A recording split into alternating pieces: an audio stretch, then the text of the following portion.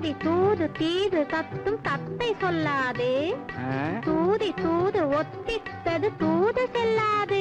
என்னது? தேது தித்து தொத்து தீது தெய்வம் வராது.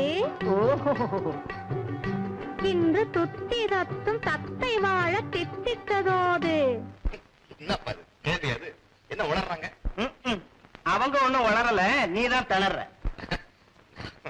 நான் திணறதாவது பின்ன வேணும்னா நீ தோல்வியை ஒப்புக்க. அவங்களே அர்த்தம் சொல்றாங்க. முதல்ல அர்த்தத்தை சொல்ல சொல்லுங்க, அப்புறம் பேசிக்கலாம். சரி சொல்லுங்க.